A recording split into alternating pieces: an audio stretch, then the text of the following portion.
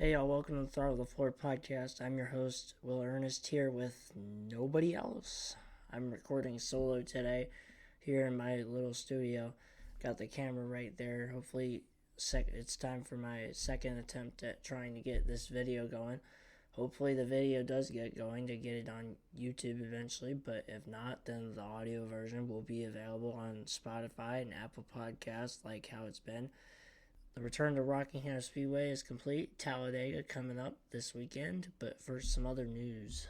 NASCAR Full Speed, the series on Netflix, Season 2, has been announced to release on May 7th.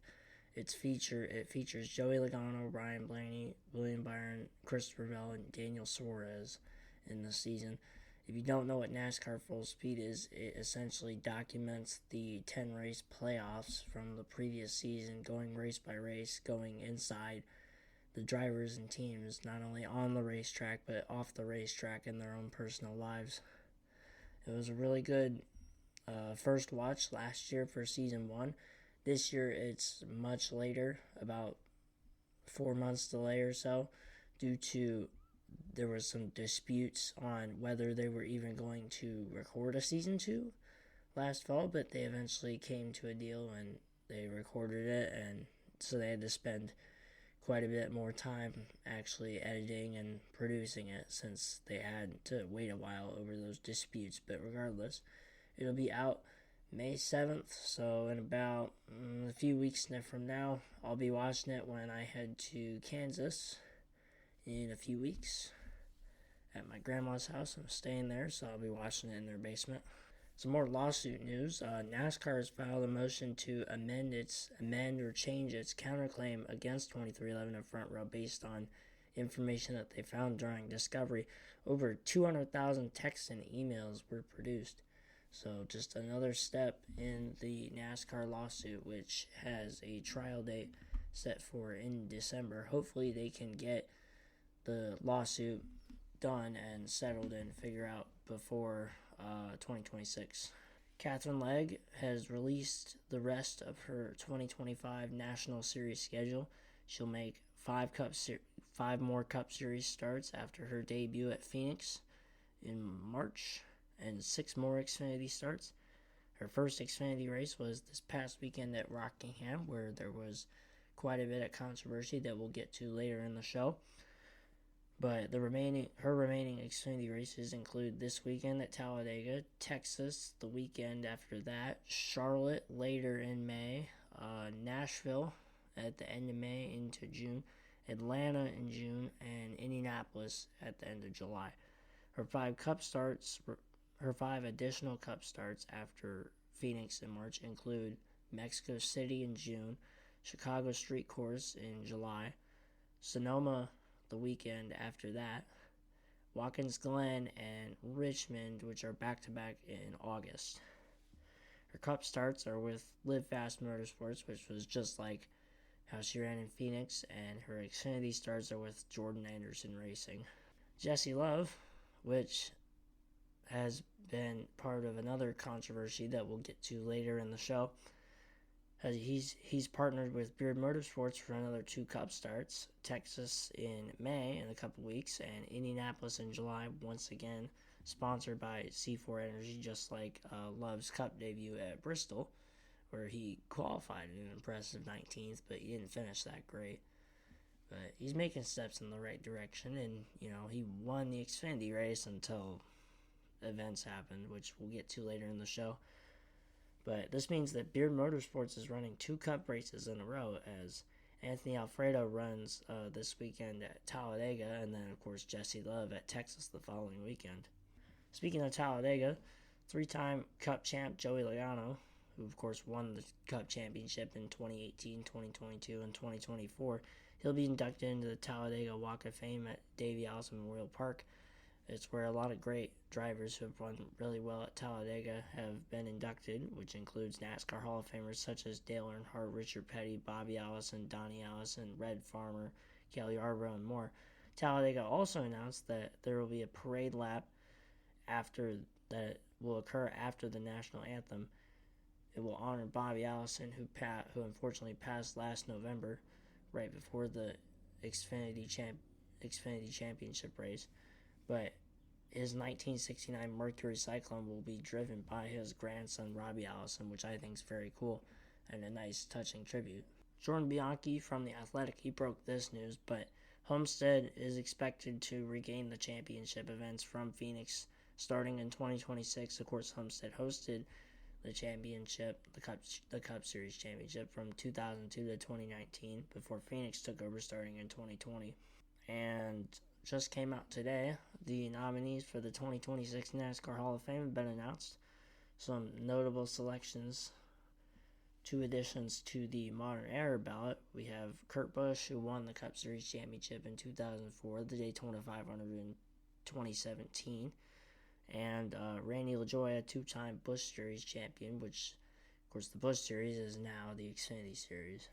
Also got some sponsor news. Texas A&M, after last fall sponsoring a couple Stewart-Haas cars towards the end of the year, they're returning to NASCAR. Their sponsor, Cole Custer, for the Coke 600 at the end of May. Mystic Lubricants will once again sponsor Zane Smith. They'll sponsor at Nashville and Iowa later this year. BJ McLeod will advertise his Pigeon Force Racing Coaster car in a nice cool paint scheme. It's got a roller coaster on it. But that'll be at the race at Talladega this weekend. And speaking of Talladega, Jack Links has partnered with John Hunter Nemechek through their vendor, their sponsor, Dollar Tree, for the Jack Links 500, which is the title sponsor for this weekend at Talladega. The Pocono Mountains Visitors Bureau will retain sponsorship of the Xfinity race and increase by 10 laps, which bumps the race from 225 miles to 250 miles. And Advent Health is sponsoring the truck race at Kansas. They're calling it and naming it as the Heart of Healthcare 200, which promotes National Nurses Week. My grandma either retired recently as a nurse, or at least she worked as a nurse for a very long time, and she's who I'm staying with. She lives in the area of Kansas, of the Kansas Speedway up in Leavenworth, so it's really kind of a nice touching tribute there, and it's a nice tribute to all the nurses out there across America. But now we get into Rockingham. In the truck race, Tyler Ankrum, after going so long without winning again, he broke a 130 race winless streak, winning his second career race once again on fuel mileage, which was kind of ironic. It was just like his first race win, which was 2019 Kentucky, more fuel mileage situation, but he was able to benefit from it and get the win. It clinches the $50,000 bonus in the final race of the Triple Chuck Challenge for this year, 2025. Good for Tyler Ankrum, getting another win. Jake Garcia had a career day. He started from the pole and led 43 laps and ended up second. There was a lot of leaders in this race that had some good days. Of course, Ankrum won the race. Jake Garcia had his career day. Hemrick, who won Martinsville a few weeks ago, which was the first race of the Triple Chuck Challenge, had another good run, finishing third. Corey Heim led the most laps, 52 laps, but he finished 8th. And Lane Riggs continued to impress once again. He swept the stages, but along with him and his teammate Chandler Smith, which Haley won't be happy about this, but Lane Riggs, even though he swept the stages, he and Chandler Smith ran out of fuel in the closing laps. Chandler Smith, of course, won the week prior at Bristol, which was the second race of the Triple Chuck Challenge. But Lane Riggs finished 11th, and Chandler Smith finished 13th. In Xfinity, there was a lot of controversy, and if you look at the stat sheet, there was 14 cautions. It was a lot of cautions, no doubt, but it was different in this case than Martinsville per se. Martinsville, everybody was just running over each other, when Rockingham kind of just turned into a battle of attrition and a wreckfest towards the end. But a battle of attrition and just straight up pile driving somebody for the win in turn 3 are two completely different things. And luckily we got a much more fair race. It wasn't a clean race, but it was a fair race, and that's what we want. But still, the Xfinity race did not go without controversy. Controversial crash early in the race with Catherine Legg, who actually did not qualify before the race, but she bought Joey Gase's entry into the field, and they got his car and put some of her sponsors on it. That's nothing new. That used to be something that was a common practice in NASCAR back a couple decades ago, when you'd have 40, 50 cars trying to enter every single week, and you'd have 43 spots at the time. Now it's down to 40, but Catherine Legge, she was running in the preferred groove, and William Sawalich was coming up and just kind of basically just drove right into her and came down and unfortunately collected Kasey Kahne, which we were all looking forward to him running. I think Kasey went a lap down, but he still recovered to finish like 15th. Pretty good drive, but still, he had a top 5 qualifying spot, and he could have won the race with that car, so it's such a shame. But a lot of blame is being put on Catherine Legge, and it's not justified. Granted, you can't put all the blame on William Sawalich, and you can't put all the blame on Catherine Legge. It's pretty split. If you're in Catherine Legge's situation, you're a slower car, you're off the pace, but you're not dangerously off the pace. You're just a little slower, but you're running in the preferred groove. So you need to run a little higher on the track, because right before the wreck, you saw, you could see in the replay, right before the wreck, she barely gave leader Nick Sanchez any room on the bottom. But at the same time, William Sawalich just pile drived her. He's a young, inexperienced driver driving a Joe Gibbs racing car, and he isn't doing that well in the points either. But, you just have to have more awareness on the racetrack. Both of your Catherine Legge and William Sawalich, you just have to have more awareness than that. It doesn't matter, what gender you are, what equipment you're in, at some point, it's like you have to know your surroundings. Both of them just kind of didn't really have that in that moment, and it was just an unfortunate accident there. But at the same time, I'm not sure why some of your first NASCAR starts, and speaking of Catherine Legge here, I'm not sure why it would be all these tough, challenging ovals. The Cup cars at Phoenix is a tricky track. You have the dog leg. It's a tight, flat oval. It doesn't look that intimidating until you actually drive on it.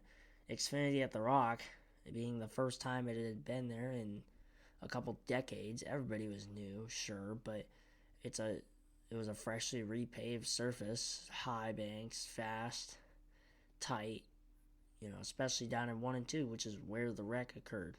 I don't know. And now she's in the Xfinity car back again at Talladega next week, which, of course, is the biggest and fastest track we got, basically. So, I don't know. I don't want to say it's not her decision, but she's a primarily sports car driver, and I think she should run a bunch more road courses, but her next road course is until Cup Mexico City in June.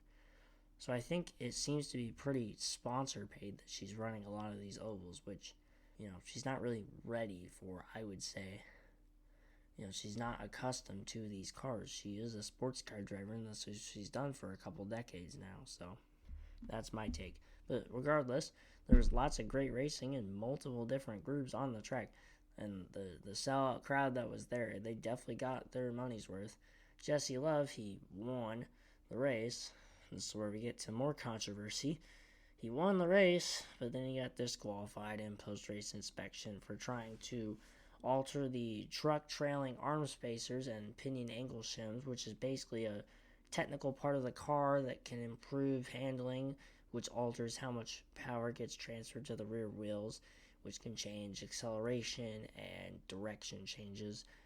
It essentially improves handling to make the car better.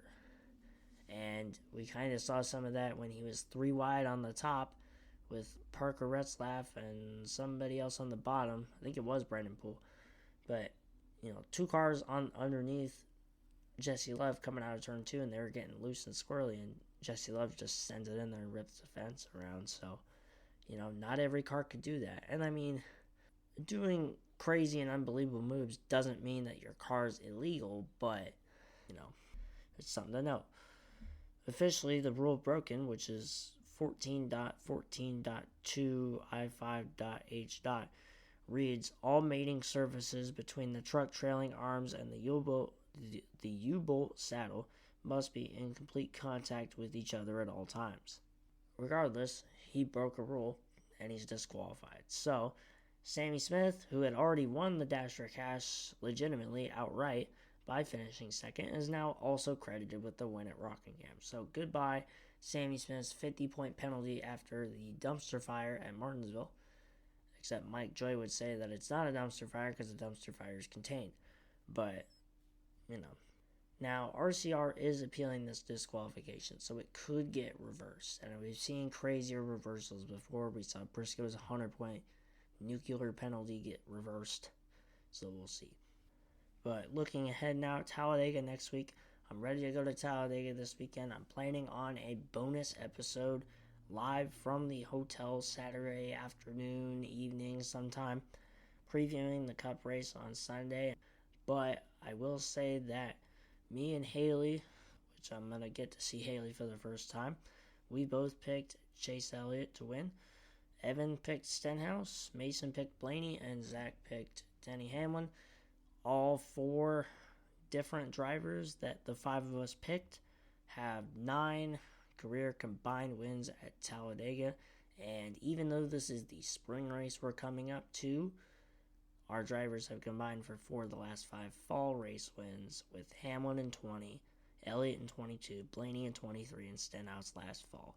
If you look at just the spring race, Hamlin won the spring race in 14, Elliott won the spring race in 19, Stenhouse won the spring race in 17, and Blaney won the spring race of sorts. I say spring race of sorts because it was the first race of Talladega in 2020, but that race was held in June due to the COVID-19 pandemic. So take what you will. But that's our picks for Talladega. I don't want to say chalk because Talladega doesn't really have much chalk picks. Brad Keselowski, he has the most active wins of any driver at Talladega with 6. Sure, but he's 30-something in points. Could he win on Sunday and vault himself in the playoffs? Absolutely, he could. We said he had a great shot to win at Darlington, and he ran up front towards the start, but then that wheel nut broke off. But still, that's how it works in NASCAR. Anything can change in the blink of an eye. Just look at Summer Daytona last fall. Also, NHRA is back next weekend with another 4-wide nationals, the second of 3 4-wide nationals on the air. This time it's in Charlotte, which both of the Charlotte races this year for NHRA have 4-wide nationals. This includes the fall race, which will be the first time this year that it'll be 4-wide nationals in the fall, which will be the first 4-wide nationals in the Countdown to the Championship, which is the last 6 NHRA events of the year. But we'll see if Tony Stewart can win back-to-back after his first Top Fuel win 2 weeks ago at the 4-wide nationals at Las Vegas. But that's all we got here today on this episode of the Throttle to the Floor. Thank you to myself, in actuality, thank you to all the listeners and viewers out there, as we've just hit 50 downloads a couple days ago.